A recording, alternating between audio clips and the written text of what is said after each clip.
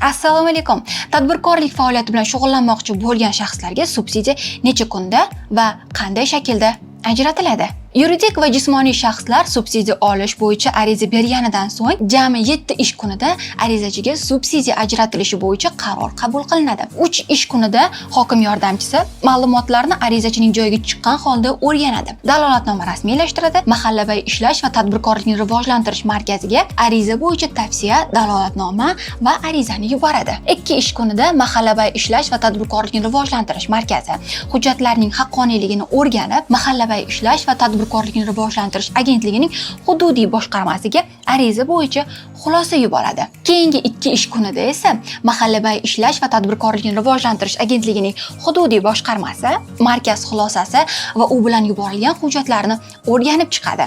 O'rganish natijasiga ko'ra subsidiya olish to'g'risida agentlik hududiy boshqarmasining tegishli buyrug'i rasmiylashtiriladi. Buyruq to'g'risida onlayn mahalla elektron platformasi orqali markazga, hokim yordamchisiga hamda arizachiga yozma xabarnoma yuboradi. Subsidiya ajratilishi qanday holatlarda rad etilishi mumkin? Subsidiyani ajratish bo'yicha ma'lumot va hujjatlarni o'rganishga mas'ul hokim yordamchisi, markaz va agentlikning hududiy boshqarmasi tomonidan qalbaki hujjatlar, noto'g'ri yoki yolg'on ma'lumotlar taqdim etilganligi aniqlansa, subsidiya ajratilishi rad etilishi mumkin. Bunday vaziyatda arizachiga rad etish sabablari ko'rsatilgan xabarnoma quyidagi muddatlarda yuborilishi lozim. Hokim yordamchisi tomonidan 1 ish kunida, markaz tomonidan 2 ish kunida, agentlikning hududiy boshqarmasi tomonidan ham 2 ish kunida.